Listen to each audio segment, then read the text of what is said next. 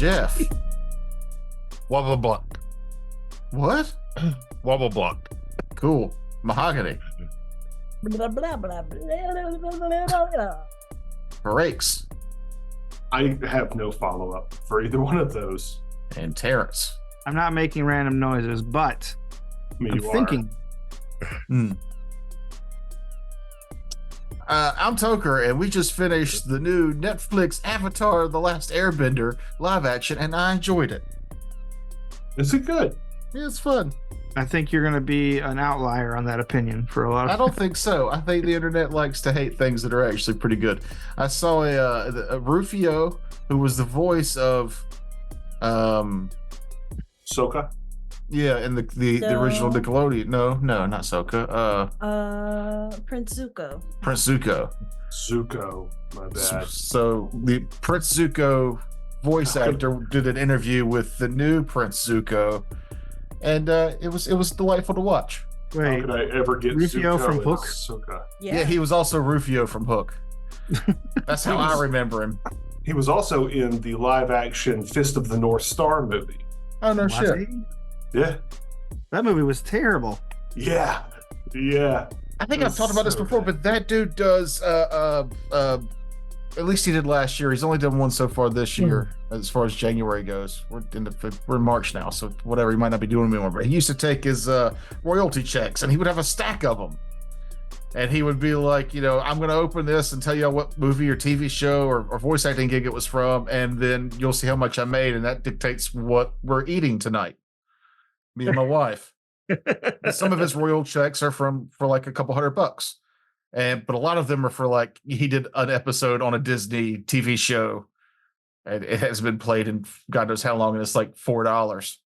And he's like, it's Taco Bell for me tonight, like, sorry, honey, you got to fend for yourself.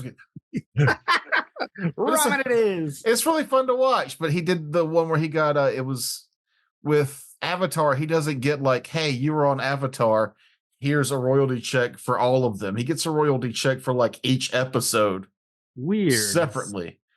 And there was one that Zuko was like a primary character for, and it was like a $200 check. And he was just like, we're going for oysters. And his wife's like, and clams? And he looked at the check and he was like, just oysters. Just 5 of them. Just the oysters. You'd think LA would have cheaper seafood being on the ocean. It's also LA though. Yeah. Do they not have like oyster beds on the West Coast? Or I was just mean everything over there is just more expensive. oh yeah, you're right. Yeah, I keep forgetting. Like Somebody has to go grab those oysters, and they want $40 to do it. I'm from the part of the country where if you want oysters, you can just go get them. Yeah. Yeah, Make sure the water's cold. They're Edisto filtered oysters. Oh yeah. Have you seen what live oysters do to filter water? If you put them Animal in dirty facts with Frakes. water? Yeah, oysters are animals, aren't they? Go on. Tell us. They filter the water. It's amazing. Is I there knew more that. to They're it than filter that? feeders. No, I was just saying. Have you seen the video where they put them in a tank with dirty water and they filter it? And Oh, it's yeah, just, no. It's impressive to see how much they actually filter.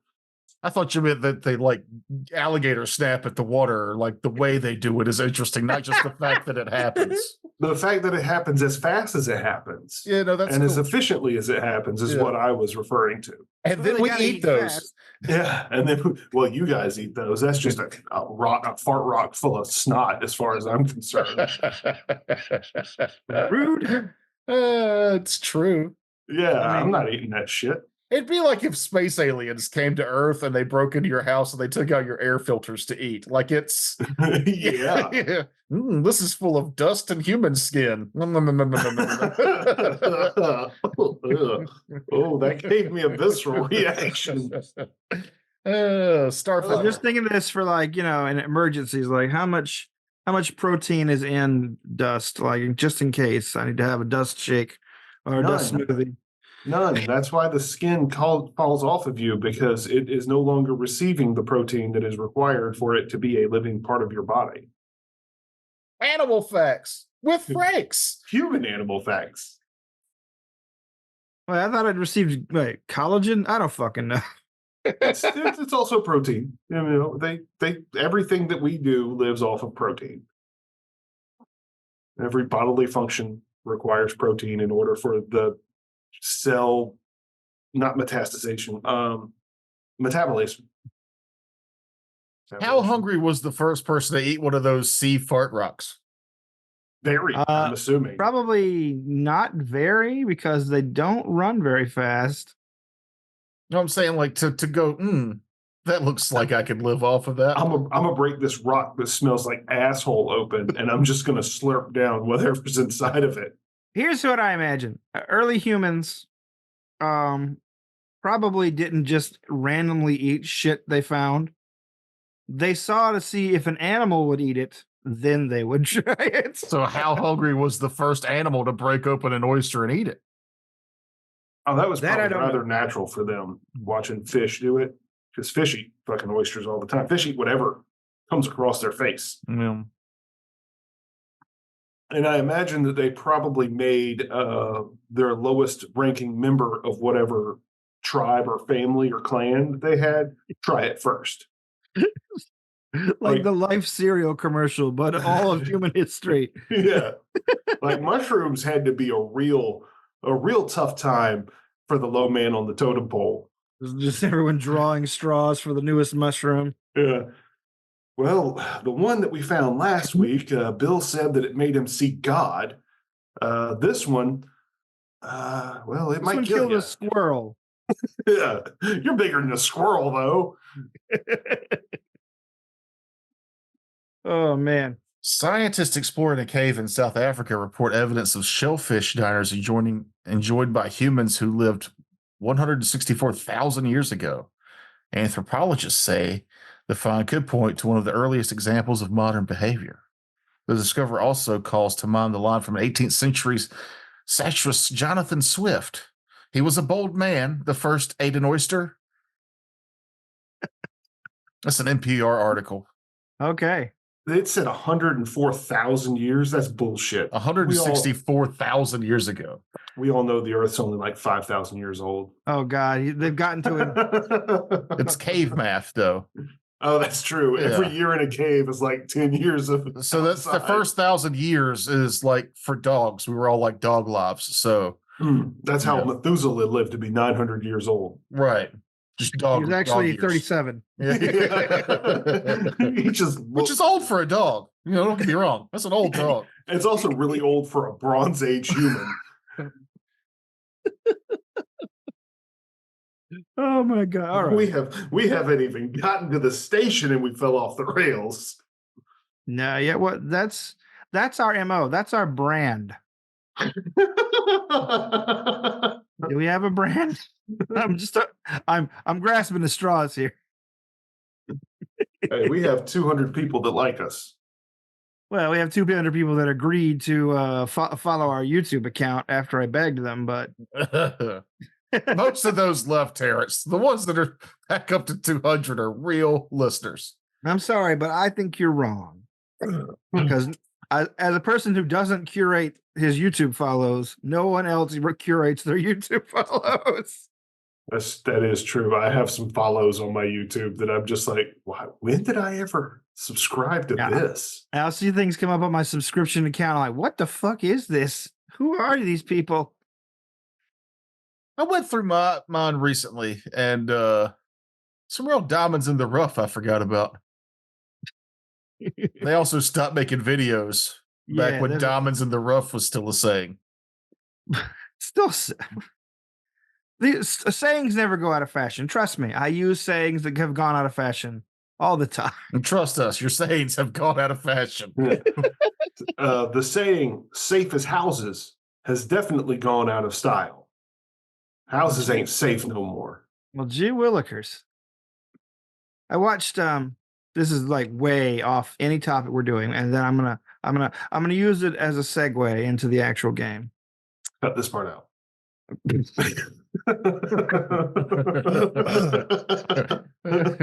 I think Jeff just had a stroke knowing how wrong you just were. I heard it go. I watched the riff tracks for It's a Wonderful Life. And for some reason, inexplicable to me, my husband was watching along, at least for a while, and he doesn't watch anything made before 2002. So it was like just a constant stream of you guys making fun of the way I talk in my ear while I'm watching the movie. But he was making fun of the way they talked in It's a Wonderful Life, or riff tracks were. no, it was Jesse making fun of the way I talk for talking like the people in the movie. Also, and he was right about this. What's his face? The star of It's a Wonderful Life, Jimmy Stewart, is aggressively making out with every woman in the film. Like it's. I saw this movie once when I was 9, and then the next thing you know, I'm an adult. I'm like, man, he is just smooching every broad he comes across, like old, young, woman, child. Like, Yeah, it's Another the one that I have 40s. not seen. it's like, I just feel like I know it from watching Being TV referenced, through the 90s. And oh yeah, all the 2000s. billion-ass parodies of it. Yeah. But yeah, I think I watched it in school with a substitute teacher for a class. Like that's how that movie got hoisted onto me. Hoisted. Hoisted. Hoisted. Hoisted. Hoisted's wrong. Yeah, no, it's how I say it. Maybe if the substitute teacher had taught us stuff, I would be saying the right word. It's kind of like how the point is mute. Yeah, it's a mute point. no. There's no point in hearing it. And you It take makes sense for, to me. You take it for granted. Because it's solid like stone. Chester invented them drawers. They're Chester drawers.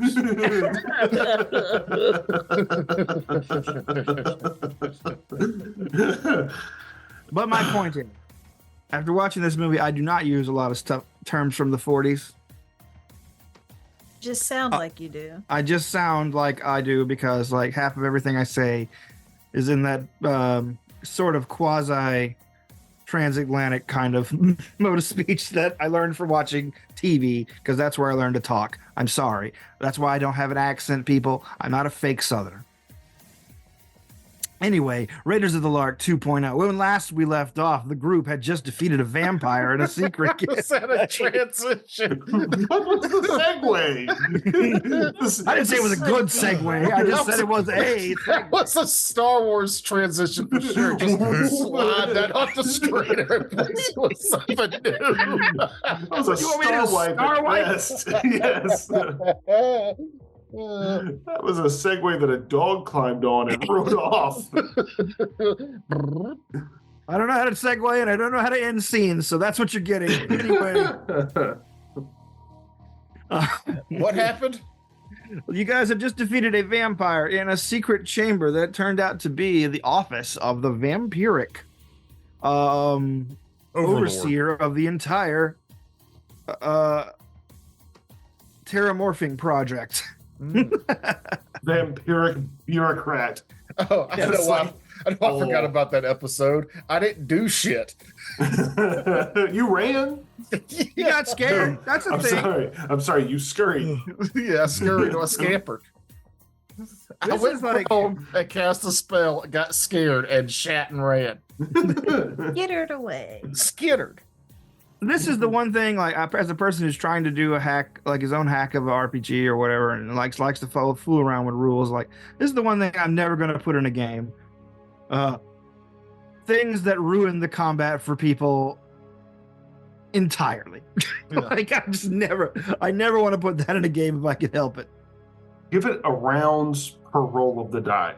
Or a save every round. It's just like, you know, Yeah. you're something to work against, or like, From my listing of Pathfinder 2, and I hope they implement this with the new Starfinder whenever it starts, is the you're still in the combat, but you're shittier. Shaken. Mhm. You're Yeah. shaken. Your 3 actions is reduced to 2, or -1s to everything, or You know, you can't Right. use this spell, but you still can sit there and go, well, I could do this instead of just going, hey, man, I know you drove an hour in the game with us tonight, but go in the parking lot and smoke cigarettes for 2 hours because you've got nothing else to do here. That's almost like the sleep. If you're put to sleep in combat. Jeff knows all about putting combats to sleep. Our evil campaign, he would just sleep hex the enemy.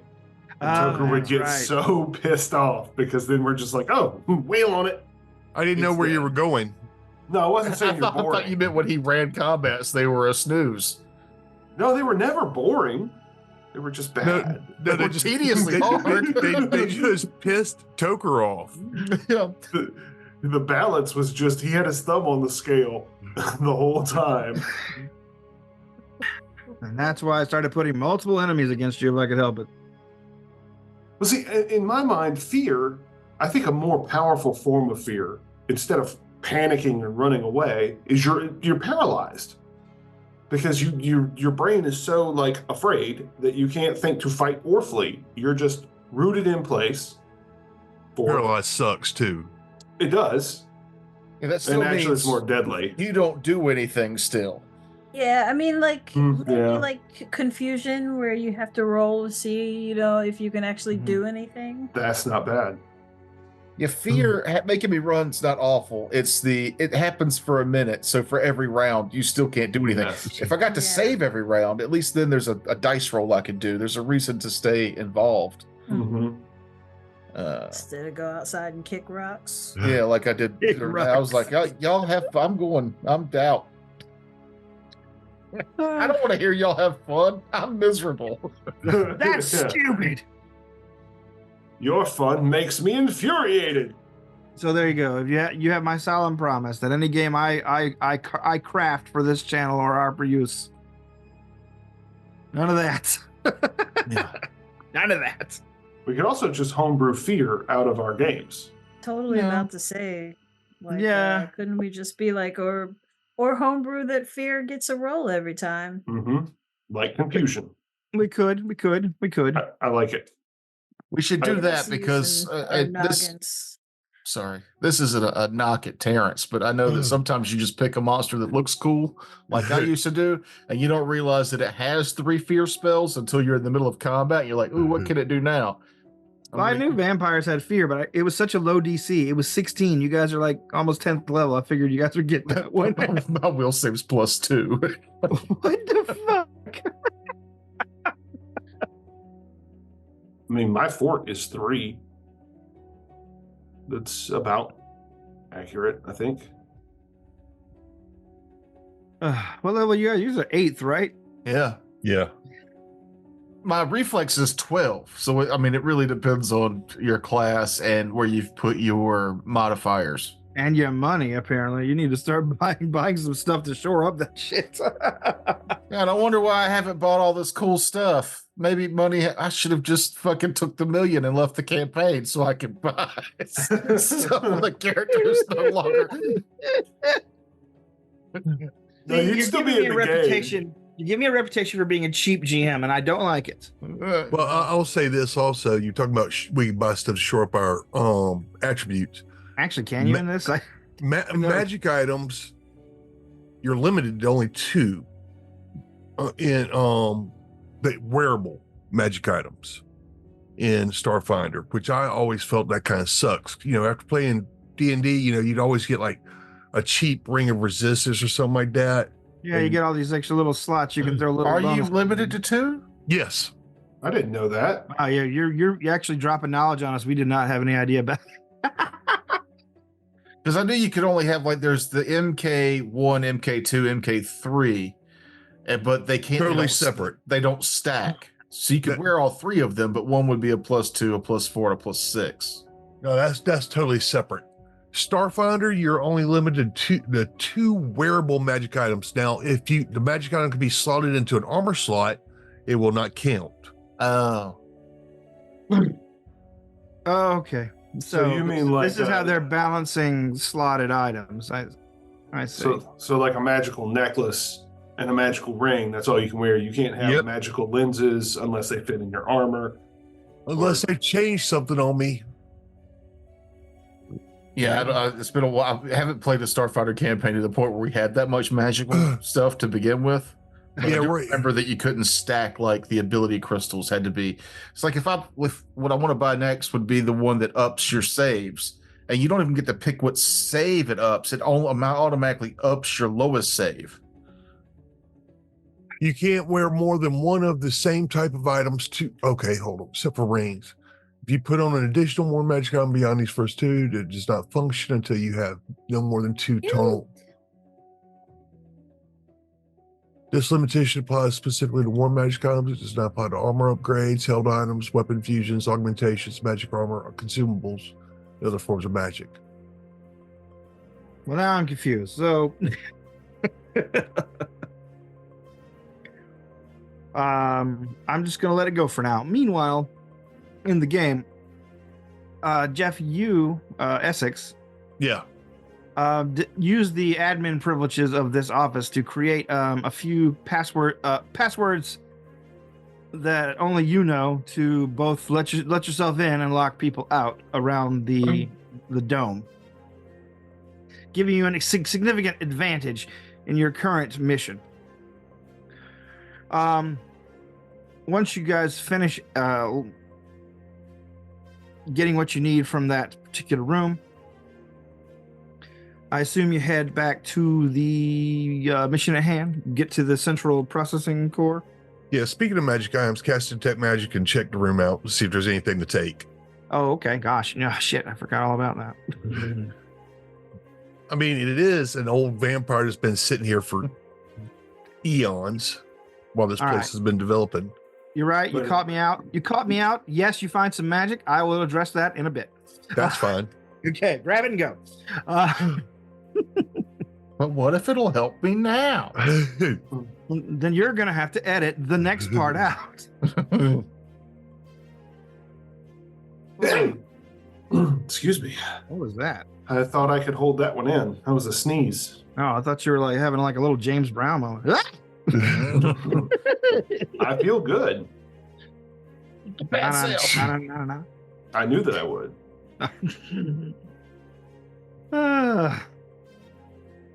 At any rate, the group continues on. I'm taking it. Mhm. Mhm, Okay. Yeah. Shove everything into a sack and keep moving. Okay. Lock the door behind us. You do find a pair of vampire fangs, though, if you need earrings or anything. Well, absolutely. That's a trophy. I feel like, when you kill a vampire, those are the two things that are left, like the fangs and the boots and dust.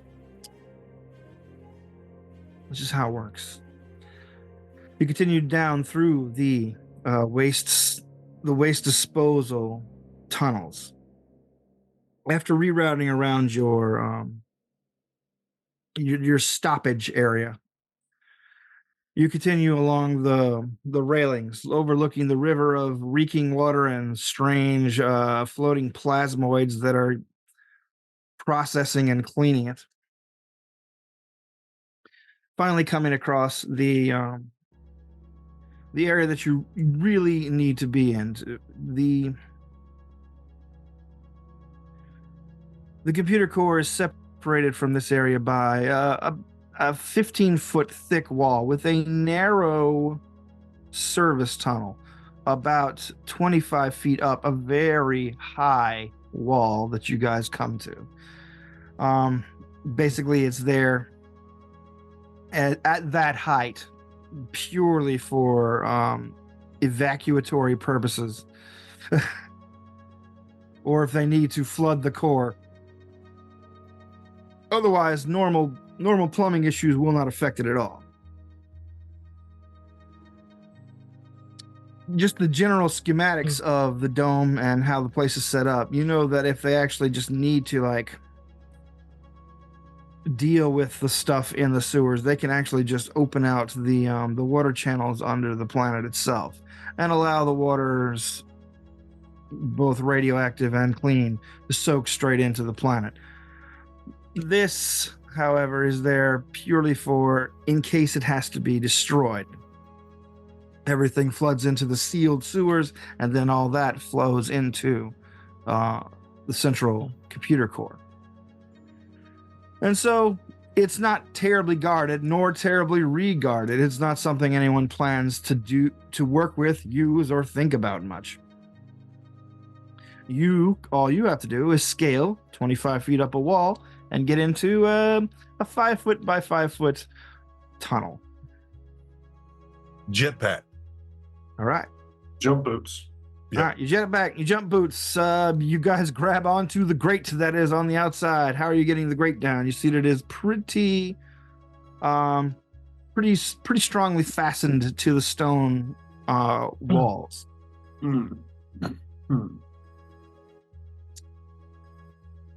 Do you have any Engine. cutting implements, or are you going to try and strength it open?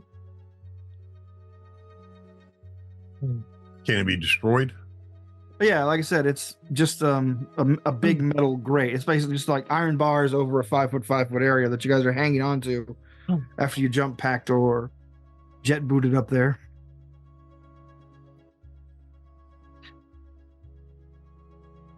I Nice. have. It is not meant to be open. It is just meant to be water permeable in emergencies. I'm sure that I do not have the same level of tools that Essex does. I have a. Rix wants you to go gadget this thing open. That's what he. I have an advanced Doshkari. That's it. I'll be honest with you. I think just regular weapon destruction on the things will be the easiest way. I mean, I've got an engineering kit, but it's not specific as to what type of stuff would be in the engineering kit. Oh, a plasma cutter. Absolutely. Well, like I said, yeah, you don't have to destroy it. You can attempt to pry the bars apart. They're not like more than an inch thick, but that will still take a significant amount of strength to do.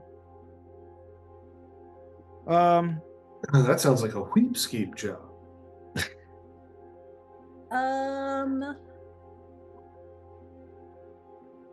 For strengthening? That's I'm not sure- good to roll. That's only if it's just a straight up strength check. That's just 10. Did y'all hear the words that came out of I my cannot hear you very well. I'm sorry. There's something about you had just a strength of 10. Mm-hmm. A roll of 10. You say you're not speaking loud, but I feel like your volume's also not up Our loud. volume's also not. That was actually louder than what you had just said. Whisper I yell heard her. everything else. I heard her just Whisper fine. yell everything. Yeah. Yeah, that came through nice and creepily clear. Yeah, you should have made that the character's voice the whole time. It would have been.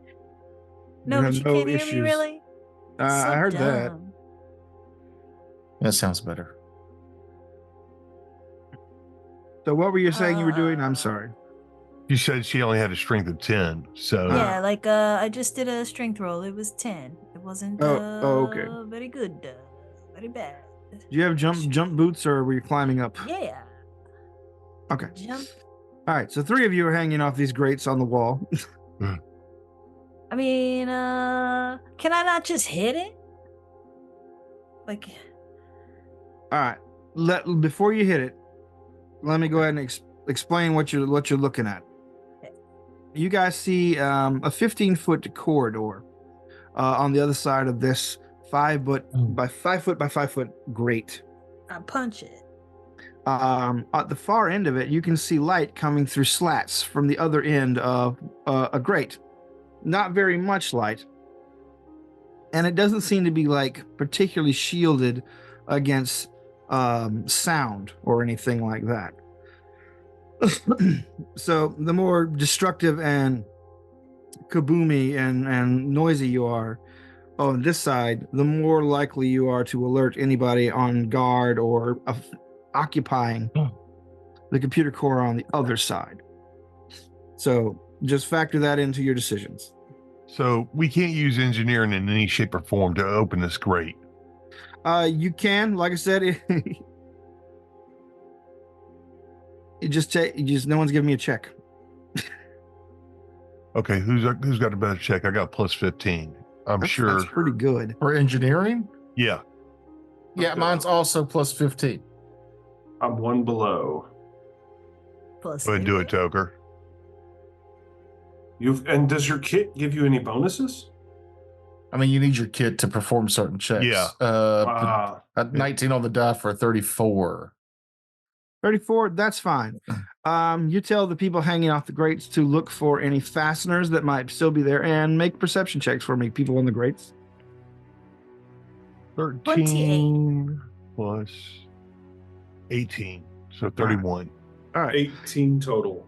Okay, Weepskeep and Essex, you don't see any fasteners on the outside, but when you look into the grate itself, you can see, in fact, that there are a number of little protrusions with oddly shaped, like, for the oddly shaped fastener types. Like you're in a foreign part of space with looking at ancient ancient technology, but the technology itself is pretty thin. Imagine if you were to come across like an alien's version of an Allen wrench hole.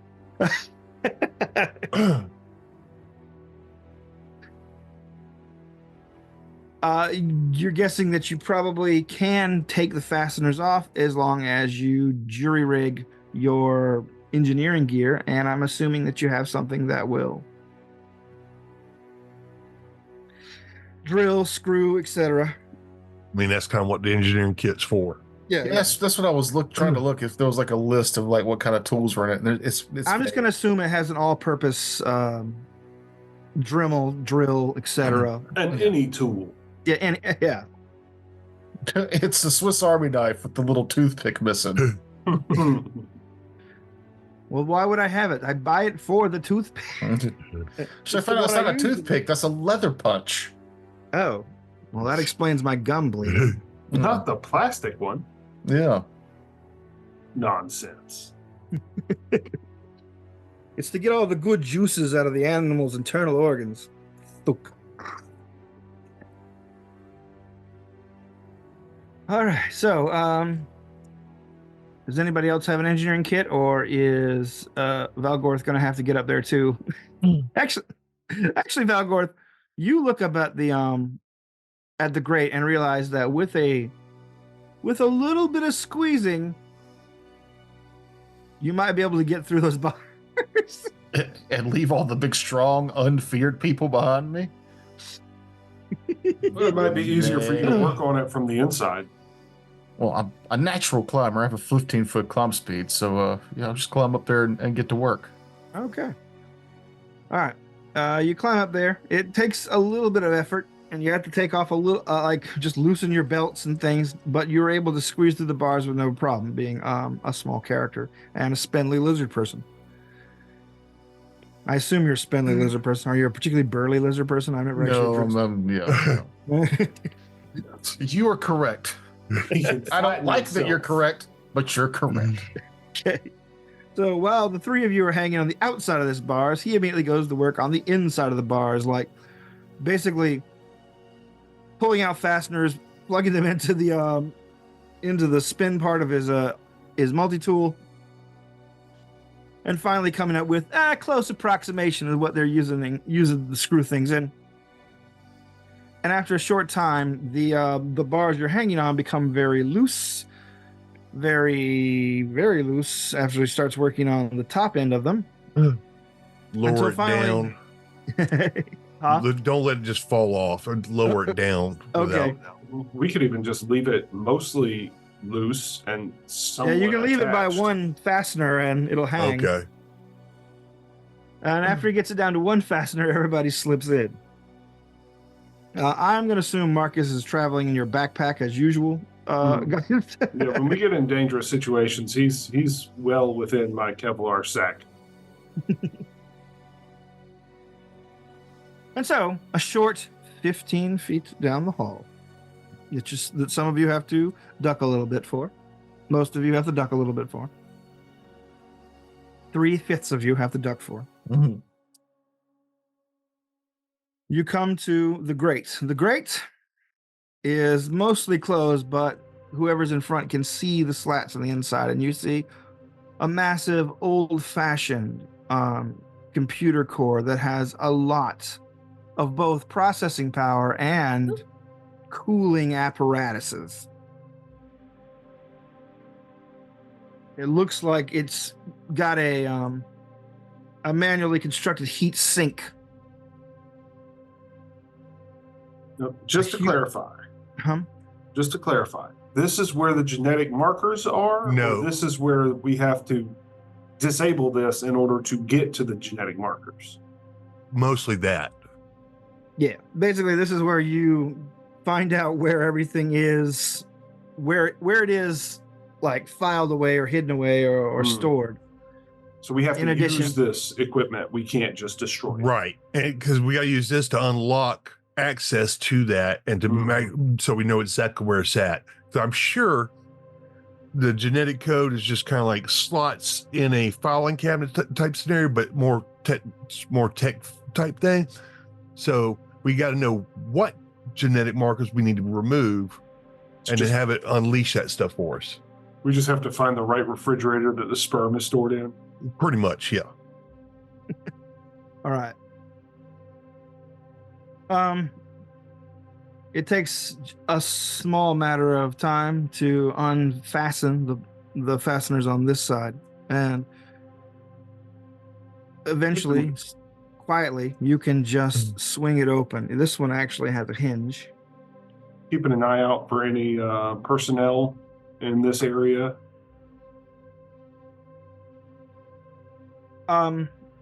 You don't see much in the way of personnel in this area. Everything seems to be in the place you're entering, largely automated. You see a couple of the maintenance robots that you've occasionally spied down here on your way here, in alcoves, but deactivated. Could we have taken 10 minutes after our vampire fight to spend a resolve point and heal up? Yes. All right. How do I spend my resolve points? On Hephaestos, I think you can just click on it. You are correct. And then we roll that to get stamina back? Or Your stamina goes all the way back. oh, word. You just get it. Okay. Phenomenal. And it's You can just one also resolve just point. click the button short rest, I think will do it too.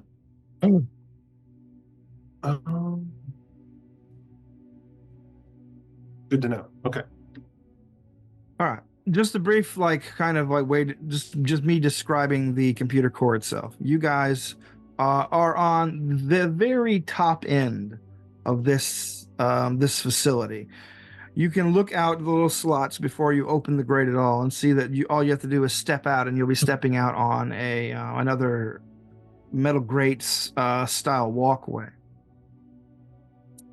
The engine and both engine cooling unit in one is a massive spinning column rotating at various different speeds from the top of the ceiling about 10 feet above where you'll be exiting to the bottom of it about 40 feet below where you'll be exiting. A huge 60-foot column that is about 10 feet in diameter. This seems to be making most of the power for the facility, as well as the computer core itself. Can you see from here where the command room is going to be at? You'll probably have to have someone sneak out to get a better view. Okie dokie. I will activate my cloaking field. Right. And work my way down. 33 on my stealth. And I will scout around. All right. relaying back what my heads up display is seeing to him specifically. Gotcha. Sneaking out in your stealth mode, you are able to get a much better view. You can see that the walkways go down to several doors. However, the doors are all clearly labeled. One of them seems to be leading the ones toward the bottom. There are 2 doors. One that says surface access and the other one that says main control, and they're on opposite sides of the column. Up 1 level towards you, you see that there's one that denotes that it's for maintenance, and the other one that is for power distribution. And then up 1 level beyond that, 2 more doors that are labeled shift 1, shift 2. But there is a light on the outside indicating that on the door indicating shift 2 seems to be occupied. Should I bar these doors, barricade them? Well, we might need to actually get in there and disable the shift 2 people, because we don't need them counter hacking us while we're going in.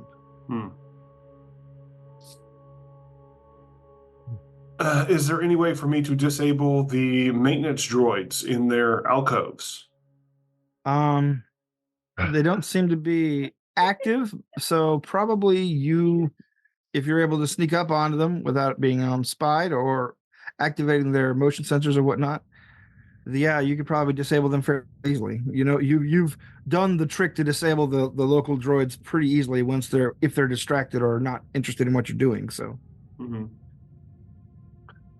Well, then I'll start doing that. I'll start disabling the droids. All right. The droids themselves are. What are you doing over there, Toker? Jesus Christ! She made a hat. Oh. Oh wow! Is that knit or crochet? Crochet. It's hard to tell with the tiny little window, but that's nice. That's a nice hat. Yeah. Does it have a brim? Yeah. Oh, there's no fish on that. I think it's better. Let me see. We're not recording a show or anything. It does fit you okay though. I mean, it's a little loose. It's like goes perfect over my head. Yeah. Oh, she's taking it back. It's her hat now. Yeah. I'll make you one that's not so big. Yeah. See, I thought she made it loose so it was encourage you to grow dreads. No, I made it too big because I tried to take a baby pattern and make it bigger. Oh. And Yeah, you should have just stuck with the baby pattern. because I was measuring it by my head, and then I realized, oh no, I got Lots of hair. Yeah. Just stick with the baby pattern for Toker's head. When I edit this later, if I forget to cut this out for a little while there because she's talking through my mic, her voice will come out of my character's face. Very unprofessional. The hat's lovely. It's a lovely hat. You're a hat And she took it back. person. Well, Haberdasher. She's a haberdasher. That's right, as a hat maker. A milliner. Wait, is that right? Stupid titles by Frakes. Not Mad everything I say needs to have a by Frakes behind it. Save that for my He my didn't sins. invent haberdashery or millinery. Thank you. Yeah, but he brought it back. I think millinery is actually felt hats specifically. Oh, okay. There you go. I need to look that up now. You Which is also elderly where Matt- fashion nerd. Which is where the Mad Hatter came from, because they used mercury to do the felt. Yes. And actually, it's just a person who makes or sells women's hats. Ah, okay. I knew it was something specific. All right. And Disable those droids. silence for an edit. Guy sneaks further. Guy sneaks further down, all the way to the very bottom of the of the chasm, you don't really have to cover the sounds of your footsteps so much because of the noise that the column is making as it spins endlessly and is generating an electrical field that is making the hairs on your arms and legs stand up even through your insulated suit. Is it affecting my cloaking field? It is not, as long as you are standing not right next to it. Then I will not stand right next to it. The trip down is uneventful. You are not, none of the doors that I've described open. And once you get to the bottom, you can see the two robots in their alcoves. They're on equidistant, different sides of the building. Basically, you're at the bottom floor. There's two doors on each side, and two robots on each side. Or rather, a robot on each side looking at each other. Mm-hmm. I got you. The robots appear to be inert, and it takes. Give me another stealth check just to make sure that you are disabling the robot without the robot across from it being activated. I would also like to use my elite saboteur exploit to disable a device on a lock or trap in half the time, if that's possible. Sure. And if this reduces the duration to less than a round, I can disable it as a standard action. Ooh, that is a 29. Okay. You reach in, flip up the robot's Off Skirt switch. yeah, basically it's off switch at the back of its chassis. Give it a good hard tug, and it's done, alerting no one to your presence. On the other side, since you don't have to worry about anyone spying you from the previous side, you can do the same without much effort at all. So the robots are inert. I'm humming the Mission Impossible theme under my breath. Oh, apologies. On the side that you see the robots the second robot that you sabotage, you also see a small screen set into the wall of the alcove. It is off, but it has a flashing light like next to it that just has general alert written underneath it. And we knew that the facility itself was under a general alert because of our presence, correct? Correct, yes. We may be able to turn off the general alert if we want to, but that may alert them to the fact that we are now in the control room. We'll disable it a little bit later on. Fair enough. The robots are disabled. Should I come back or meet you at the point on the heads-up display that I am indicating with the ping? Yeah, I would suggest let's go take out the second shift room. I will be by the door. All right. You meet by the door. You, Geist, going up, and the rest of you basically heading out into the walkway of the level that you're on. Seeing the two shift doors, this one, of course, second shift door, with a little light on the outside. This time, you see another like small screen that is actually on. It is flashing the words "General Alert, Station Locked Down."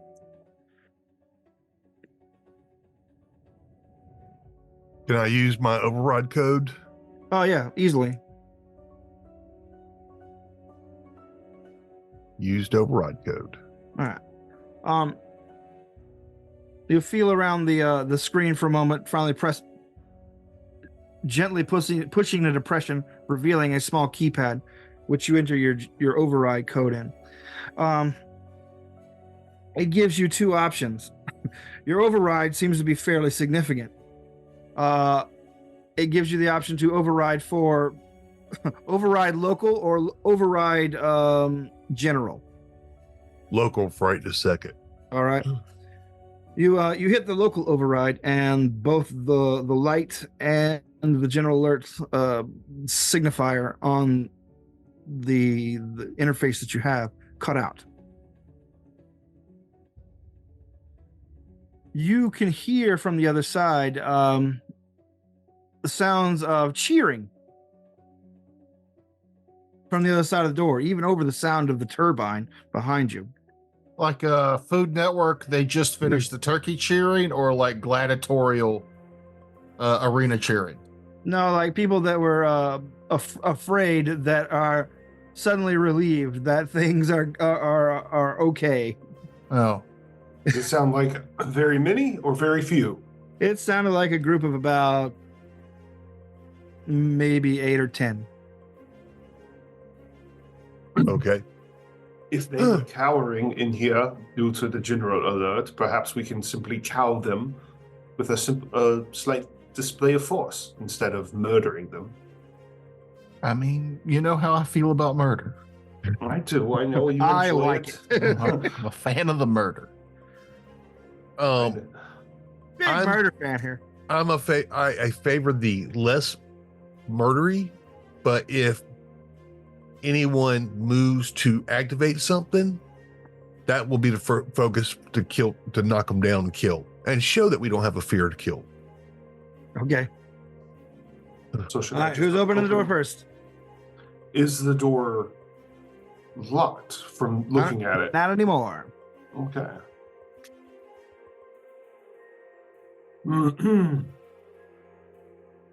Weepscape, would you like to open the door? Do you like to Sure. take a hit? I will gladly open the door. The door. And I to will the be north. there, weapon in hand.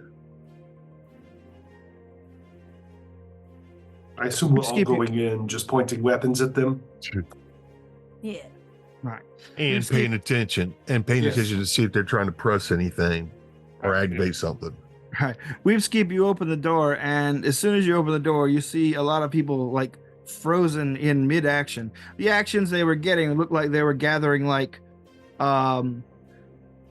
basically protective equipment and various tool pouches and things like that. Like they were going back to work. They were all sitting around a lunch table, basically. This is the shift 2 break room you broke into that they had retreated to for the general lockdown. Noticing that it's the break room, I'm going to say break time's over. It doesn't take long for one of them, upon seeing you, to scream. A few of the other ones like begin to back up, and you see there's another door on the opposite side of the break room that a couple of them begin rushing towards. Shoot it. Everyone's yes. Shooting the person rushing or the door? No, shoot the door so that they know that we're willing to shoot people. And that we're armed. All right, Yeah. you shoot the door. The people running toward it stop. Everyone, calm yourselves, please. Good evening, first and foremost. Put your hands up, you hear from his bag. Now, if you wouldn't mind taking your seats, and I will roll a 15 intimidation. They're already pretty afraid, so that is enough to get them going, especially once they start realizing that you guys are not human or even robots. These terrified, xenophobic, that bred clones immediately begin taking their seats at the lunch table, where it looks like they had been picking over whatever they brought or were provided. And a couple of them start blubbering and weeping. Like one of them begins going, "Oh God, they're gonna kill us! These Xenos are gonna kill us!" We will if you all." don't shut up. Okay. All your key cards and gear on the table All right. right now. They begin to comply. A couple of them reluctantly, but their companions basically like force their hand, and so you end up with 9 key cards and a number of like anything that could be misconstrued as a dangerous weapon, like a putty knife or things pen. like that. It's Wrenches. tossed on the table as well. A comb. A switchblade comb. Ooh, remember how cool those were? Oh yeah. A When- thermos of hot tea, When my beard was really big, I used to carry around a switchblade comb to comb out my beard. It was really cool. It was really cool because if you ever like had one for a while, the comb part would end up coming out, and then found out a way to replace that with like blades, and then you like when you press the thing, it would actually flick the blade out. Ugh. That's safe. I was a kid. I didn't care. Switch it with actual like razors, like. Now, after you get them nice and disarmed, one of them finally summons the braver and says, "What do you want from us?" I want you to your shut clothes, your boots, and the keys to your motorcycle. actually, what we want from you, personally, is nothing. We want you to sit here and be quiet. Do any of you know what the definition of a hero is? One of them holds up their hand and says, "Like the brave heroes that fought in the war against the Xenos on the planet Niacine 5." I give you a shorter answer. Dead. A hero is someone who gets other people killed. Oh. I go over to the other door and start disabling the door so it can't be opened. All right. Give me a quick engineering check. You also see that there is a com. You also notice that there is a comm setup on the wall. I'll disable that. All right, give me an engineering check for that. 23 for the engineering. All right, you're able to bar the door fairly effectively with sabotage. How about you, comm check guy? Natural 20 for a 34. All right, they are never communicating with this room again. Just shoot it. So gather all their stuff and just throw it in my dimensional space. So Okay. like if we need it, we can get it later. Is So that not what the kids are calling it now? not leaving any kind of device, any tools or codes, their badges or anything like that. So we'll have those with us. All right. I don't mind leaving them some food if they got food. I'm not giving them extra food. They do have food. They have a fridge, actually. Stocked. Is there a vending machine? No, they don't charge here. Oh, I was going to engineer and check the vending machine to get free food. You could just go to the fridge and take whatever. I checked the fridge for sperm. There is no sperm. There are sandwiches. Those sandwiches now have sperm. Ugh. I'm just kidding. This took a really bad turn. Like, this went dark. Ah, you like these sandwiches? Ah. No, that's just me being gross. No. I'm no sandwich fucker. Do they look like they got any kind of I should be communication on a devices? What's that? Do they look like they got any personal communication devices? That's going to require a pat down, actually. Let's do that real quick. All right, you guys are going full alien PD on these guys. So, patting down each and every person, you find that there are in fact 2 hidden communication devices. God, murder's so much easier. One of them deactivated. One of them that had an open channel. Shit. You put your head up to it, and then you hear a voice on the other side says, "What's going on? Hello? Hello?" Just don't reply. Just disable it. Sorry, Okay. we had a minor gas leak here. Everything is okay. There's no reason to send anybody down. Hi, how are you? Hi, how are you? Boring conversation anyway. That's probably one of my favorite parts of Star Wars, honestly. This is like Han Solo trying to fake being the guy, just not and sucking. I think he's just a bard that had really shitty dice. Anyway, so yes, you disabled those 2 personal communication devices. And basically, you guys have got the room almost on lockdown until you leave and actually lock it down. Yep. Then proceed over to the next room. All right. The other side, shift 2, or shift 1, excuse me. The break room is empty. Nobody is there. It is utterly clear. However, there is a point of entrance on the other side, as you know. From Go check it out real quick. okay. It's probably their barracks. You once you get to the other side, you open the door, you find a small hallway that leads to a few other like nearby doors. One of them is clearly a area for people to nap and things like that. If you're going further out of that area, let me know. No, actually, you're going to lock down the door and just lock it on down and then go back out. All right, give me another engineering for that one. I'll let someone else do that. Hell. You should have done it. 17. All right. Well, it's locked down as best as you can get it, and that's what you're getting. Sounds good. Okay. I rolled a 2. Not the way you said it. Okay, let's get the information that we need and get out of here before they start sending in reinforcements. Go to the control room. All right. You head all the way down to the control room. The control room door is a double door, a nice wide one, with a control panel on the outside. Your reprogrammed codes gives you easy access to it. And once the doors slide open after you enter it, you can see that there is a large, basically, multi-screen kind of control area, as if someone, you see basically a huge security facility in addition to a number of computer banks. And you can see basically cameras from all over the settled portions of the planet. You can even see the other domes as you move into there.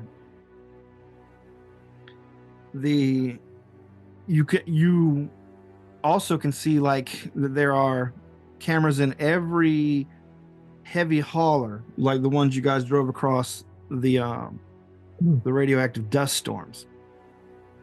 And you can clearly see that one of them is stocked to the brim with troops that are not local, with the power armor clad marshal looking kind of like with his arms crossed, sitting in the front. Is there any way to remotely sabotage that vehicle using this? Make a computer check for him. Okay. Blow it up with the marshal included. 32. 32. 14. You don't see a way to control the vehicle. However, you can patch in through the communications and pick out any particular individual signal within it. Can I change their navigation? That is something you can do. You can, in fact, fuck with the planetary map. Basically. Yeah, I will actually deviate it by about 3 to 4%. Not enough to where it will like turn them around in opposite directions, but that where it will miss our dome by about a mile or two. All right. And so it'll get them off track and cause issues. Okay. But you do you need to communicate with anyone?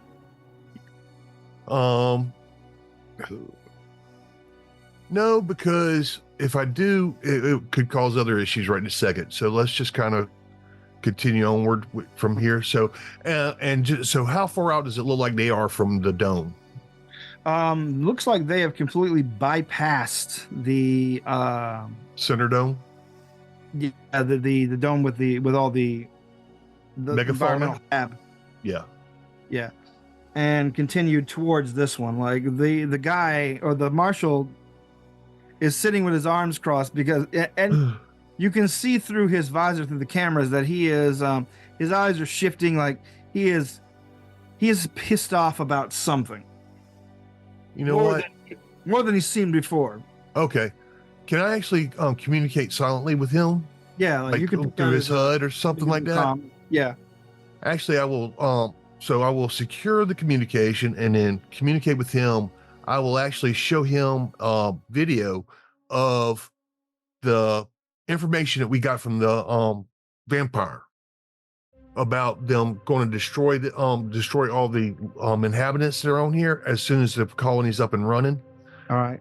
And tell him that we're not your enemy, but I just wanted to heads up. I know you can't do anything right this second. Just want to give you a heads up on what's going on. All right. So that we can talk later. Okay. And show him that shift 2 is fine. They're just locked away. Okay.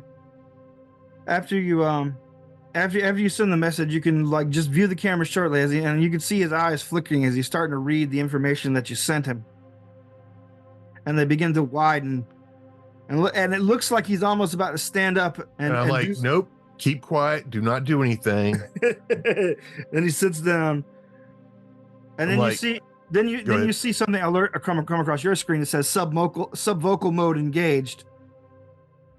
Go ahead.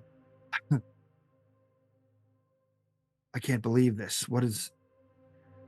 You were in the military. You know what the Empire is capable of, and there's xenophobia. So does this really surprise you so much? I mean, this is not a far leap of what they would do. Damn. You're right. I've got long-term plans for this. If you just kind of play along and don't cause any issues, I have a thought that we can after this gets long, that we might end up having to long-term plans that we could save the settlement or save the people of the settlement. He goes, I still have a channel. I still have an encoded channel back to the settlement. If you need me to use it, just say the word. My only suggestion would be send something back to him to tell him to start packing up. He says, I gotta find someone trustworthy. Wait, actually, I need you to check something for me. Okay. I need you to check and see how integrated Doc is into the system. Okay, cool. That's actually not a bad idea. So I'll do a quick check on that. All right. Make another computers check. I feel like he's probably he has not. I rolled a 16, so plus 18, 34. You begin checking basically the connectivity and like logs for all the robots, and it's a big list. But eventually, you find the service doctor unit for the topside settlement, the safety zone, and you find that it has been it is listed as scrapped. Actually, I'll leave that alone. Good, I like that. It looks like the computer has considered Doc as destroyed, either by Doc's doing or by accident. But is there a way to give him actually unofficial ability to do stuff? Like give him special permissions? You personally could do that with the access that you created at the administrator's office. So that means you would have to reauthorize the robot. Well, I'll actually use another designation from one of the other robots that has higher security clearance. All right. And pretty much give him that effective clearance. Okay. You see a line of dialogue come up after you put all that in, and it goes, hello? Who is this? Hey, Doc, I'm going to put you in touch with the sheriff, and I will actually send that communication. All right. After you tell the Doc tell the sheriff Doc is clear of mainframe control and put them together, they begin going to work. Meanwhile, what you guys are here for is not that far away from where you are. So after you leave that interface alone and begin heading towards the actual science archives. This one is a massive bank. It is basically the master blueprint for the complete colonization of the planet. And since you have, like, again, admin privileges, you can just scan it at your leisure. No checks necessary. Finally, you come across, after doing a brief search, the archive of what you're looking at, the genetic histories of the donators to the cause. And like you find it a little not confusing, but like perplexing that it is done this way. Like generally you've seen this kind of at least historical documentation on how this kind of thing goes before. Any genetic material donated to a far-flung space colony in the past was done anonymously, but in this case, class mattered. Yeah, they care about lineage, so therefore, they care yes, quite a bit about lineage, and so the lineages here are clearly defined. And finally, you find one that is directly connected to the Emperor. there are 2 samples. One with more direct connection than the other. But you can tell that it has it has some of the genetic markers of, your typical royal inbreeding kind of thing. So there are some genetic flaws that need to be worked out, which they won't do, of course. And then you see a slightly healthier sample that is near enough from a further down relative, but overall much healthier gene strand. Okay. Well, I will find a location for those and download those 2 locations, and if there's any other interesting ones. You find, like, unless your knowledge of Preskaleskanari nobility is extensive, it's difficult to tell who means what genetically here. And a lot of people, these were donated by distant ancestors 500 years ago or longer. So it's difficult to tell. Like, you can like just have the computer set up a massive sample pack for you to pick up when you get up there. But anything like Kreider genetic code. I see. So yes, that genetic sample package would be wonderful, but I'm also looking for Kreider, because for him to be an ambassador, I would think he would have to have some kind of good bloodline. So that is something you specifically do not see in there. Okay.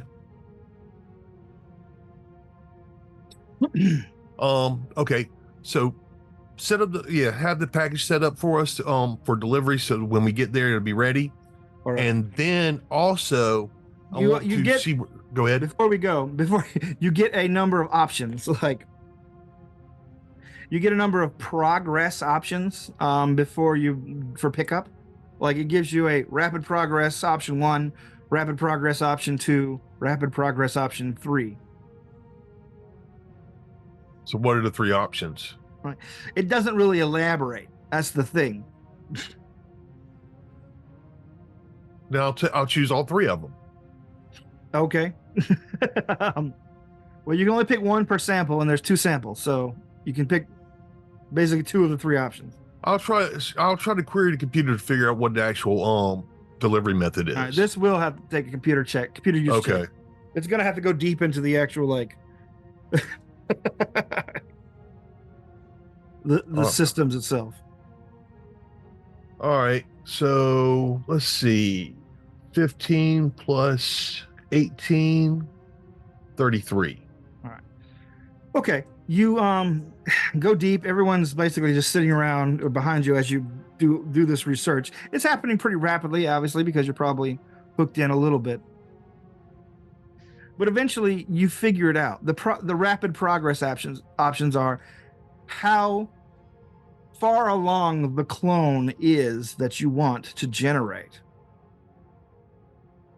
Progress option 1, infant. Progress option 2, 8 to 10 years old. Progress option 3, 18 to 20. Basically, you would be getting, you could get a clone of any age, but it would not have time to be indoctrinated, educated.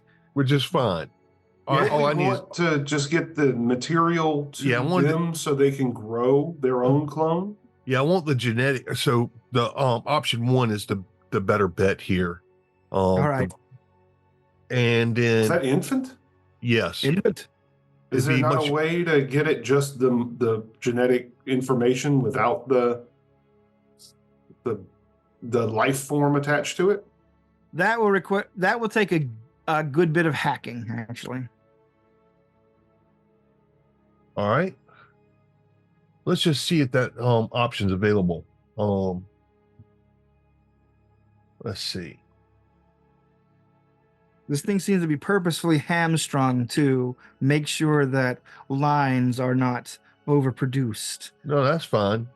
I'm going to use my spell identify, which will give me a plus 10 insight bonus to use command words and passwords for the computer. Okay. So I'll combine that with my hacking, and so let's see. Let's see, 12 plus 28. 28. All right. 40. 40. Oh, okay. Yeah, 12 plus 28. Well, then there you go. You actually somehow hit the number I was aiming for, and you get full access to the samples. So basically, you can have the samples auto pulled and prepared for you whenever you're getting there. That's fine. It gives you other options on how the samples are prepared. It basically gives you a whether or not they are prepared for immediate use or long-term storage. Which one do you want? Long-term storage, of course. Gotcha.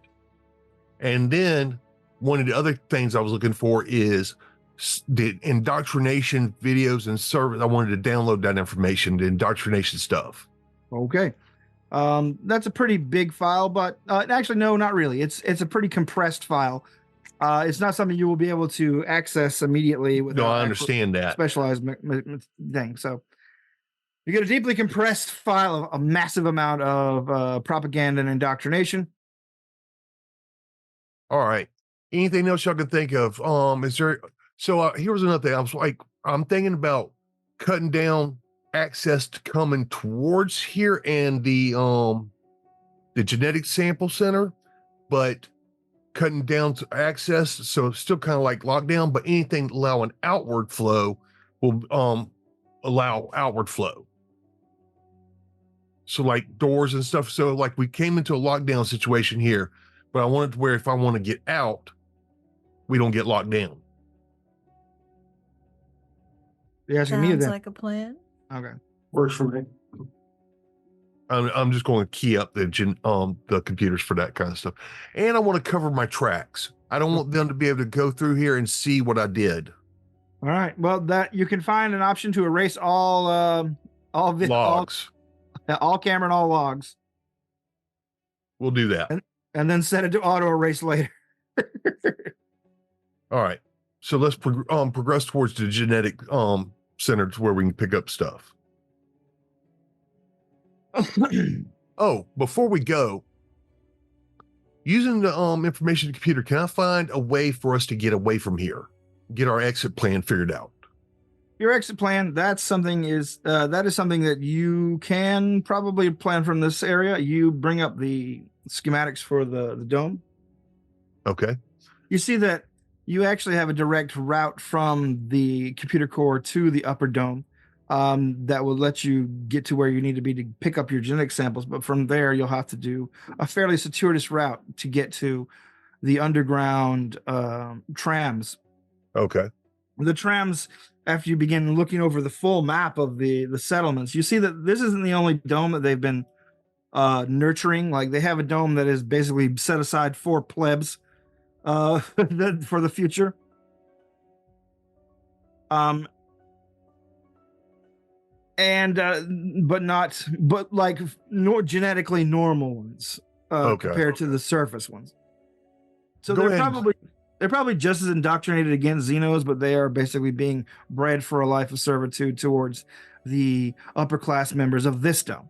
That's fine. Go ahead and download our schematics so we can have our route figured out, so we don't have to come up with a plan at the very end. All right. Eventually, you do checking over the map, see that the central there's a central a central lander, basically a massive both robot and spaceship that carved out a lot of this initially.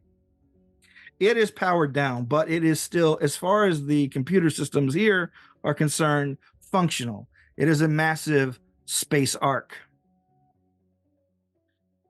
How hard would it be to get it up and running? You'd have to start the process now, and basically everyone would have to be on board in about 12 hours before it launches. How hard would it be to get the settlement to get to here, get to that ark? You can get them if you can get them going. They could be there in 8 hours.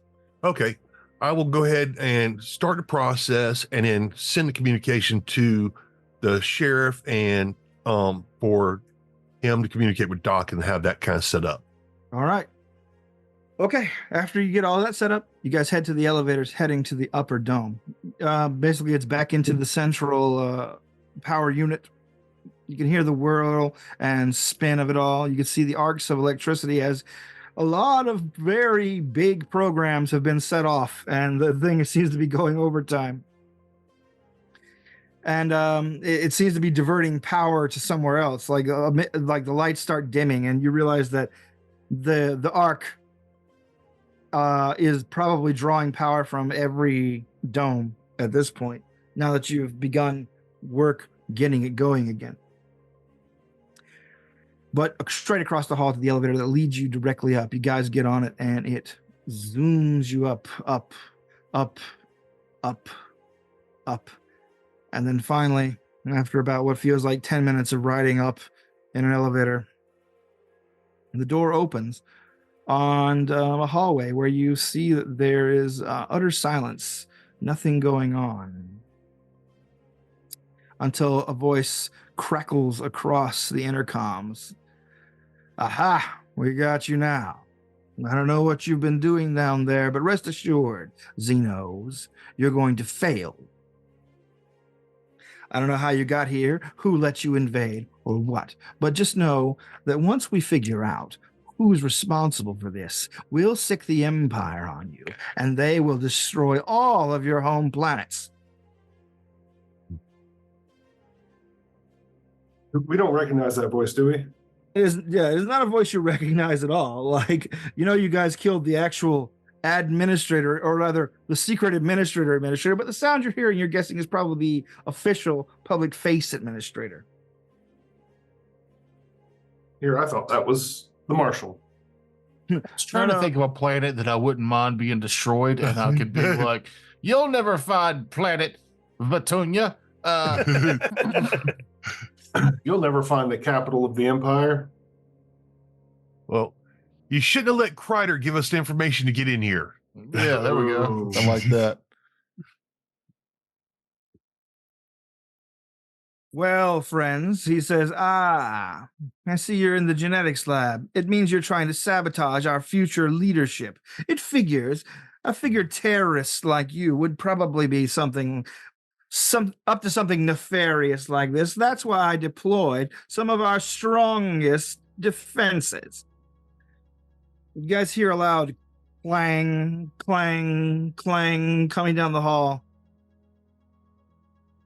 And as you turn down the wide corridor to see let me see how do I describe this goddamn thing. A thing that is probably about 11 feet tall, hunched down into the wide corridor, moving along. It is another one of their security robots, but this one is incredibly large, bristling with weaponry, and very dangerous looking. The robot angles its head up and says, "Intruders, stop." I'm assuming I don't have the shutdown commands.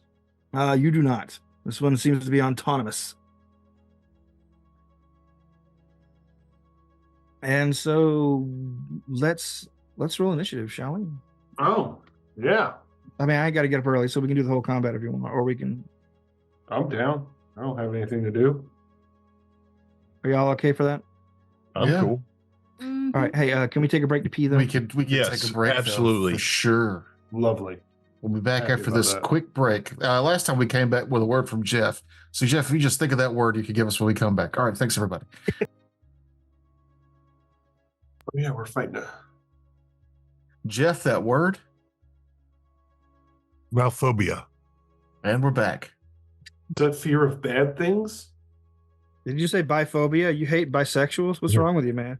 I said malphobia, didn't you? Oh, Yes, I said malphobia. okay. Oh, fear of mouthing. For the name of the phobia that I just realized I have. What? Malphobia, the fear of everyone eating your apples. I don't think you know it. That's the definition from some random person on Facebook. Megalophobia. Fear of big things. Yeah. Is it MAL phobia? Malphobia? Sure. Oh, I so think you he just said- made it up. I think he said mouth phobia because we've just been talking for the past 10 minutes. I got him. I see a melphobia, fear of music. I thought you meant malphobia, Or like mellophobia. mouth. Never mind. See what happens when you pick a stupid word, Jeff? It takes us longer to get back into the game. We have to don't figure out care. what that dumb word is. It's not like it will stop it, get us in there any faster. Could have. Roll initiative. It's like Oh, you're wait, not going to Terrace runs gaslight this. me into believing that anything was going to happen quickly. Yeah, you're right. Roll initiative. Hey. Double Can I- deuce. Can I roll it again? No. You get to take what you get, Get what you get. or you could lie. If you cast another fear spell, I know who's getting nat 20s on their saves. This guy. All right, guys, what'd you get? 22. 22. It doesn't have to be a nat 20. You can roll an 18 Okay. and succeed. Oh, there it is. Valgorth. 13. Weepskeep. I'm looking for my initiative monitor. Oh, okay. 23. And Essex. 16. 16. And Robot. Need a D20. Where are you at? D20s? There you go. Well, I'm on my 9.5 beer. These are actually this is the highest gravity beer that actually tastes good. Is that hot bullet? Yes, Sierra Nevada Hot Bullet. I was shocked that it actually is a good I flavor. just picture you with a plethora of beers trying to find that where taste meets how fast I could get drunk middle point that you've needed this whole time. I'm not saying that it's not a long-term project. I'm just saying I think I found it. I think I found the magic bullet, the hot bullet. Back into the left. All right. Weepskeep, you were the first. These hallways on the upper levels are basically 20-foot wide corridors that circle the interior of the upper dome. The thing blocking your way is a massive security robot that probably tops out 11 feet tall, but it is a little hunched to accommodate the ceilings here, which are roughly 12 to 13 feet, depending on whether there's a beam or support strut. So it's not technically squeezing. It is not. It is just walking. At this point, you are about 30 feet from the damn thing. Right. 30 feet from the damn thing, you say? I did say that. Well, then, I shall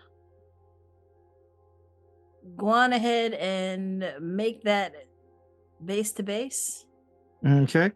And Help me out here. There's no attack for opportunities for going through threatened squares in this. he would be flat-footed Flat-footed. anyway, yeah? Yeah, it is flat-footed. Doesn't You're go- right. You're the right. Either way, you're right. All right. Cool. So around 22 against flat-footed EAC. 22.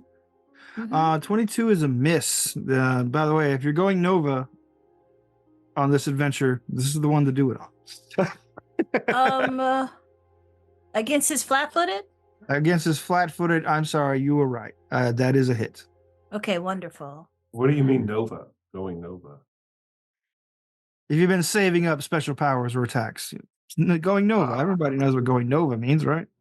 No, I Am I didn't. wrong? Did anybody here not know what going Nova is? I knew what you meant. But Frakes, I couldn't remember if you meant go all out or if you remembered she had a skill called going Nova. But that would be a cool. That would be a cool name for a right? skill. Yeah. Solarians Yeah. can go Nova. Mm.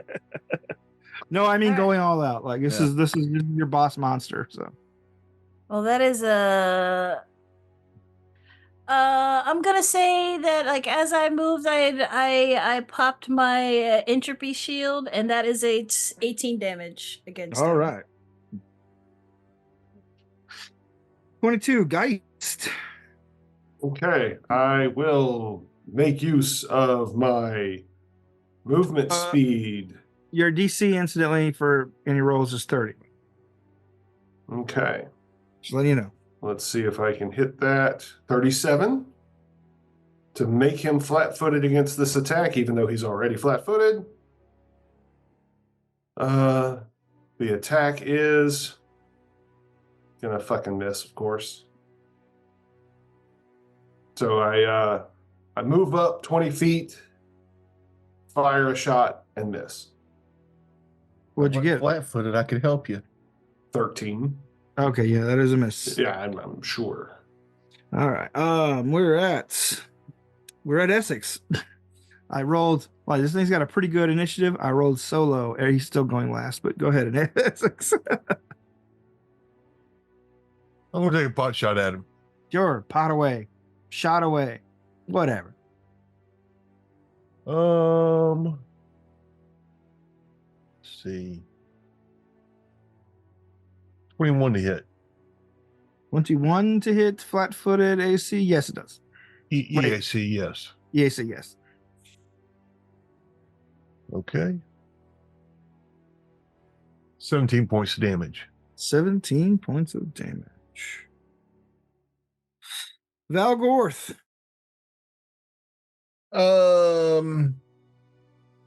I am going to warp time around the creature's vision. Give me a will save. Will save it is. I got a 16. Failed by one. Aha! Oh, wait, no, that's not good. So you failed by one. You are confused for 1 round and entangled for 8 rounds. Okay. You are trying to react to things that aren't actually happening anymore. Gotcha. The robot's inner workings become confused as time distorts around it. You want to roll that check for me? That since it's its turn, the confusion check. Yeah, I was hoping it would be right there. Are there on Festios? Well, I can try and Google it real quick. Star. Yeah. I wish I could type faster. Confused. 9 point whatever ABR. It is 1 to 25, act normally. 26 to 50, do nothing but babble. 51 to 75, hurt yourself. Yep. All right, roll. What'd you get? I don't have any real dice in front of me. They're all in the other room from playing BattleTech with Kevin. Here we go. Aha! 17. 17. Act normally. Acts normally. Well, But he acting still is entangled. He's still entangled, so he's going to act normally, attacking the nearest person, which would be, I believe, Weepskeep. You're on melee range with it, right? That I am. Okay. It does a double attack on, slamming you twice, or slamming at you twice. Let's see if that actually pays off for him. All right, so 26 get you? Yes, it does. 2 hits. Hang on a second. Yeah, no, that's it. So while he's entangled, he's a -2 penalty to AC attack rolls, reflex saves. Oh, I say so. 24 get you? It does not. So 1 hit. All right, that's better for you. Haha, my spell did something. Hey. Hey. Hey, it's entangled. That's good stuff. So let's see, 15. Okay. Woof. 33 points of damage Ooh. From the 1 hit, right? from the 1 hit. Awesome. Top of the round. Weepskeep, your go. Alrighty then. So I am going to I'm gonna full attack I'm gonna spend an entropy point to. I mean, I guess I would know. Like, if I have something that does the bleed condition on this, is it gonna do anything to this robot? I think robots are immune to bleed, but I'm not sure. Okay. Well, in that I case, mean, I'm gonna. Oil can. Yeah, they got fluids. no, but it has That's the unliving trait, so that might be I'll look it up. okay. Do So I need to do an actual some sort of check? Or... Outcomes of Mythos. I'm living. A creature has no constitution score modifier. Any DCs or other statistics that rely on constitution score treat the creature as having a score of 10 plus 0. Should she roll a check, Oh, sorry. Terrence? That's a question for you. it does not say you're immune to bleeding, so it's I guess not. I'm gonna say go for it. All right, so I'm spending an entropy point. So if either one of these attacks hits this turn, it will take my level of bleed. Also, I am. alrighty then. I don't think either of these is gonna hit. 19 against EAC, then that's a nope. Okay. Unfortunately, your blows are unable to penetrate its very thick armor. Well, it's your turn. Hold on. You feel a overwhelming sense of like battle lust overtaking you, and you realize that the seed that you are carrying on behalf of the trees on the planet that calls itself home is suddenly like activated, aware, eager for glory. Are you going to indulge it or attempt to tamp it down?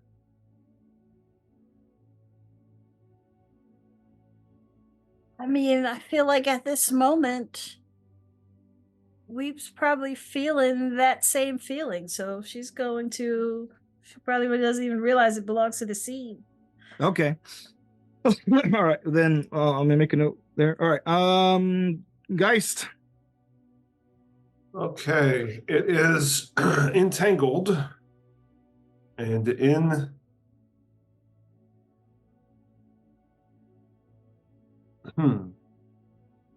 I just saw it really slam into Weep's Keep, Yes. and then I don't have room to get past it without provoking. Yeah. It's 11 foot tall, so I'm assuming it has at least 10-foot reach. Yeah. No, you probably couldn't get past it in the hall without provoking. Yeah, that's what I figured. So I'll attempt one more trick attack. I think I will do that. I fail the attempt of the trick attack with a 21. And then I will try to get a shot off anyway. Failing that as well. Cool. I'm a real right. cool guy. How much damage would you have done? Just Without- 1d8 plus 4. So Never mind. it wouldn't even be my Yeah. trick attack since I failed that. So let's see. We're at Essex. Shot. Unless you had any moves you were doing, guys. No moves. No, mistake put. Okay, Essex. Oh, let's see. Rolled a 4 plus 12, 16 to hit. 16 to hit. Yeah. That is a miss Okay. for both.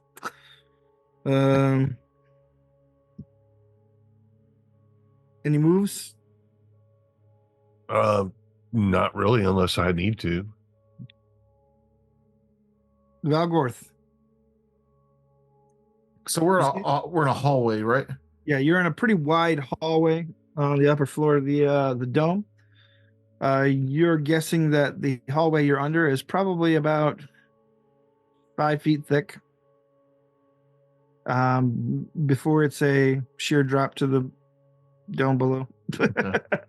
And Weeps keeps in front of the creature, meleeing it. Correct. The other I've two are got a- taking shots. I've got a 15-foot climb speed. Can I climb up the wall to where there could be a straight line between me and the creature, so that so that Weeps keeps not between it, since it's a big creature? You could. Then I will scamper up the wall and I will call on the refracted latent energy from the dimension of time and do Time's Edge Blade at it. Damn. Give me a reflex scary. save. That sounds scary. I don't think I've used this yet. It's my newest 3rd level spell. All right. Let's see. Reflex, you say? Yep. Yeah. Oh, that's a pretty low roll. 18. 18 is it exactly. Um, But so he'll take half of 10d6. what? Okay. So it would have been 36. That makes it 18. All right. Plus 18 damage. And that's that's just slashing damage. Okay. The robot. Still focusing fire on the nearest opponent. I guess that's you, Weepskeep. And you say it's still at a -2 for being entangled? Yeah, for 7 more rounds. 6 Right. after this one. So let's see. -2, -4, 16. 26. Hit you? Is that a yes or no? I couldn't Yes, hear. sorry. I didn't Okay. realize I was muted. I was like, then it hits twice this time. Hmm.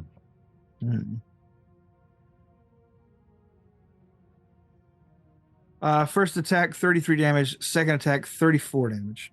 All right. Is that putting you into wounds? Or are you out of stamina? Yes. Okay. Just curious. Mm-hmm. Let's see. That's the robot. But we're back to you. You feel a certain flare of internal energy. You increase. You see like more and more like beneath your armor. You can see like your own body rippling as you grow. I guess woodier. Getting an additional 2 to AC and 4 to strength and dexterity. Oh, Me? Yeah, you. Ah. As the seed within you is attempting to assert its power. Alrighty then. So the strength and the dex. What is that again? You said an Plus- extra 2? Yeah, +4 is give you an extra +2 for each thing. Okay. You guys outside, you can see Weepskeep's like body bulking up through her armor, like she just gets bigger. I want to be big. Call back. Alright. So definitely plan on spending an entropy point this round. Mhm. I'm gonna attack twice. Alright, so one is definitely not gonna. You're looking Oh, for well, 21s. Okay. So the second one hits with a 22. Okay. Yeah. And so it will take the bleed damage this time. That's what I spent the Alright. entropy point for. So 19 damage and then 8 bleed. All right, +8 bleed. Your go, Geist. okay. So I can still shoot around Weep. Yes or no? Oh yes. I shouldn't be in the way because I climbed up on the wall and it's large. So I'm Yeah, gonna- it's large. And Oh wait, she's yeah, large now, huh? No, she's not large. She's just I'm not bigger. large. Bigger. Okay. I try She's my just trick bulkier, tougher looking. And then like, wait a minute. So with the full attack, I can still like maneuver. I can still do, what do they call it? Not No. no, No, you gotta. Not in this one. not in this one. That's why I'm full attacking because I can't move. Gotcha. It's a high risk, but the reward is worth taking. So I'm going to try a trick attack again. 34 to hit. Hello. He is now flat-footed against this attack. God damn it! Does an 18 hit his flat-footed stuff Minus- in place? Is this EAC or KAC? EAC. Yes. Oh, thank God. Good. Okay, so that's a 1. I was not expecting to hit, actually, so I'm stalling while I look for all 5 Nice. of my D8s. Okay,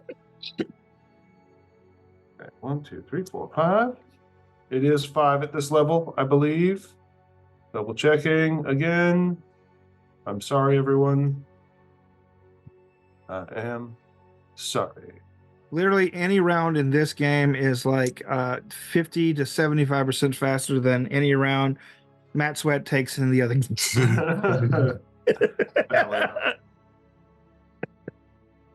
I'm not that upset. That's not bad. That's 10, 15, 25, 34 points of damage. All right, 34. And I use my my movement to reload after I shoot that off. All right. Essex. Pot shot. Pot shot.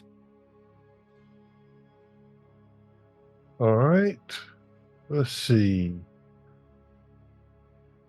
Rolled a 13 plus 12, 25. 25 will hit All right. for either. 11 plus 8, 19 points of damage. 19. Okay. All right. Any moves or anything? Other than how bad does Weepskeep look? That's up to Weepskeep. How bad do you look? Are you particularly?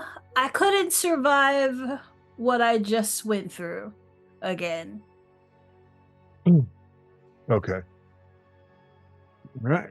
I will how hard would it be to move up where she's at? Right behind her. Well, you guys started from the same point, so to move where she's at, just a move. Okay, I will move up right behind her. All right. Valgorth. I'm going to Blessing of Youth Weepskeep. Woo. Blessing of Utes. I'm going to second level cast it, so it'll be 3d8 stamina. And you'll get a plus 5 foot enhancement bonus to your land speed for 2 rounds. That's not the main reason I'm doing this, but okay. You get 24 stamina back. Holy shit, I rolled 3 8s. Nice. Oh, yeah. Thank you, Hephaestos. You cheating ass Said fucking robot. 24? Yeah, 24 stamina back, and you get more 5 foot extra movement if you were going to move. And also, as soon as my turn's over, I'm going to do a reaction. I'm just going to go ahead and do it now. So I can chromatic defense, or I'm going to use one of my paradoxes to give you a +3 bonus to your AC, both KAC and EAC for 1 round. Right. So I healed you 24, and your AC goes up by 3. Chrono-pneumatic defense. Okay. Well, the robot's turn. The robot's going to try and take its 2 attacks again on Weepscape. That's definitely a hit on 1, but with your bonuses, does 9. Wait. Stupid math. My brain is filled with 9.5% alcohol. Hold on.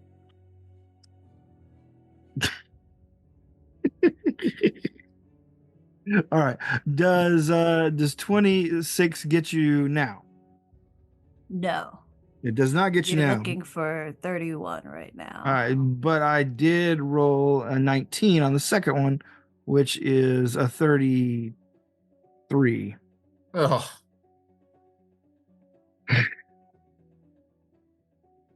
Oh golly. that's what your -2 to attacks from entangled. Yeah. Well, 31 still to hit anyway. My bad.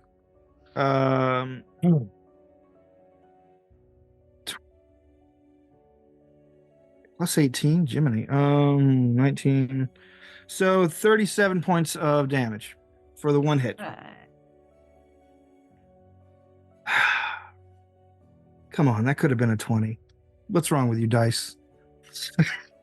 The dice gods have spoken to me. They gave me 3 8s. If I do No. that spell again, it's going to be a 1, a 2, and a 4. I can feel it. Well, it's Weepskeep's go, so let's find out what the dice gods have to say about that. I feel like Weepskeep's in battle mode. She's gonna go for 2 more. I mean, you got plenty of resolve. You've been spending them. No, I do have plenty of resolve. I can't use it in combat. Yeah, but if you get knocked unconscious, you start spinning resolve to make sure you don't die. Oh. Yeah. Well, let's see here. That's why it's a risk to use them on special abilities, because if you hit 0 and you don't have enough resolve, you'll die. So the low one is 22 against EAC. 22 against EAC. That is a wait. No, he's entangled. That's a hit. Yes. So they both hit. I forgot to declare that I was using my entropy point. I mean, you haven't actually rolled anything. And we all kind of assume you use your entropy point anyway. Yeah. All right. So I'm just using 1 because I want to keep 1. Okay. Oh wait, no, I just got another one. Oh yeah, because you just got whammed in the face. Yeah. So I'm using 1 per attack. You're the only character I've ever seen happy to get fucking Wailed on. I don't think that I just need to double check if I can use because that the entropic rip is brand new, and I don't know. Can I use like 2 entropy points to do something different? Because I know I could use multiple. Like I could use 1 per attack if I'm just adding the damage. That I don't know. You are. I'm just gonna not be weird about it and just use them for each D4. Okay. My So bad. 28 for the first one. Oh yeah, hit definitely. No, that's damage. Oh, okay. Go ahead and do the second one. 24. All right, in an explosion of metal and fluids, the robot basically blows apart, parts of it rolling in every direction as the buff form of Weepscape basically dismantles this massive security droid in literally a matter of seconds of it appearing. 3 rounds. Yeah, 3 rounds. 18 seconds. Clearing the way for you guys to get to your goal. Moving down the corridor, you find, according to your HUD, that you are very close to where you need to be. And once you get there, you find an enormous, clean white room. There are clean suits available for you in the airlock area before you go into. I don't know if you guys are bothering with that. No, not really. But I Okay. will do this before we go too much further. I will do a standard touch attack on not touch attack. And touch. kill Weepskeep. Weepskeep, and I will cure her of 38 points of damage. All right. Is that health? Yes. Okay, All right. cool. But that doesn't go into my stamina. Nope. It just goes to health. Okay, so just max Alright. health again. Cool. Okay. And then So- we don't have the 10 minutes. Not right now. Nah, Okay. probably not.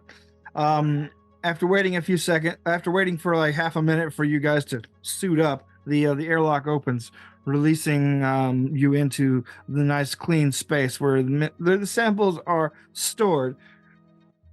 You see that there is a panel, and once you enter your security code, a robotic arm slides across the ceiling, moves over to one of the little drawers, begins moving vials in and out of places, and it's moving over a little container, and eventually you are deposited in your hand. It is a small 5x8 box that gives off a lot of cold energy. A little refrigerated case that has your genetic samples. You've accomplished your mission. Now all you need to do is escape. And next session, we will cover that. Thanks for joining us, everybody. Anybody have any intrusive thoughts before we go? I give you 11 stamina back. Hey, Hey, because I rolled a 1, a 3, and a 7. No 8s the second time. Not a 1. 1, but no 8s. Math. Nerdy math. I'm just amazed that I got one trick attack off in that whole combat. I'm just amazed I didn't die. Yeah, that was close for you, wasn't it? Yeah. Yeah. And not only that, but you have now upgraded from Great. you're now a more dangerous tree. Is Is that that like permanent? a permanent thing? No. After the combat, like the your body begins to like reabsorb the extra muscle Deflate. mass. Yeah. Why did she Ooh. get big to begin with? She has But I been wanna be storing the big. seed for a biological or a botanical power armor entity. Oh. Yeah, I don't know if you remember way back when you I guys do. were separated. Yeah. She Does that had a mean very that- long conversation with a botanical power armor that decided that it preferred the path of peace. However, one of its seedlings wanted to explore the universe, and so she opted to take on that responsibility. She took that seed. She took the seedling. Yeah, you took it Took the deep. seedling to the stars, and now the seedling is getting what it wants. And technically, this is the first time we've actually seen this. Yeah, technically. So does that mean that when you go into combat and drop below a certain hit point or stamina range or get into your hit points or something, it activates now? I believe that is what I was going with. Yeah. That's cool. Nifty. Yeah, well, I shoot blood out of my eyes. All right, check out our website. Oh, I Over to see. I shoot trash.com. ink out of my wrist. See y'all next. Y'all can keep your body fluids back in your bodies. I'm not gonna play a space adventure if I can't shoot body fluids at stuff. You're wearing a helmet. All you're doing is impeding your vision. No, it pops up. Yeah, it's like the opposite of this is a Drink tube. It's cult got reference. it's No, got an external tube. The Last Starfinder, where it's like, what do we do now? And he turns around and that little eyepiece flops over his eye and he just goes, we die. Mine does the opposite. What are we gonna do now? I'm gonna squirt blood out of my eye. These little things open up and I squirt blood out.